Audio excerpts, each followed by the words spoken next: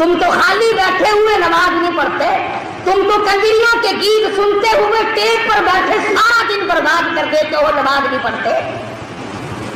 عورتیں گپے مارتی رہیں گی، نماز نہیں پڑھیں گی، کھانے گی اچھا، پہننے گی اچھا، نماز پڑھتے ہوئے ناگ لڑتا، نماز نہیں پڑھنی۔ صحابی مدنی کریم صلی اللہ تعالی علیہ وسلم کا کہنے لگا آخری وقت میں مجھے 2 رکعت نماز ادا کرنے دو۔ اجازت دے گی مکے والوں؟ صحابی نے وضو کیا، 2 رکعت نماز ادا کی اور دعا مانگی، الہی میں سولی پہ چڑھنے والا ہوں، میں پھانسی لگنے والا ہوں۔ اپنے آپ کو خطاب کر کے خباب کہتا ہے اور میری جان ایمان اور اسلام کے لیے سولی چڑھ جا، اور میرے چمڑے تو ڈھڑ جا، اور میرے لہو تو بہہ جا، اور میری چربی تو خشک ہو جا، اور اے میری روح تو جا کر کالی کملی والے سے میرا آخری سلام کہہ دے، میرا آخری سلام محمد عربی صلی اللہ علیہ وسلم کی خدمت میں پہنچا دے۔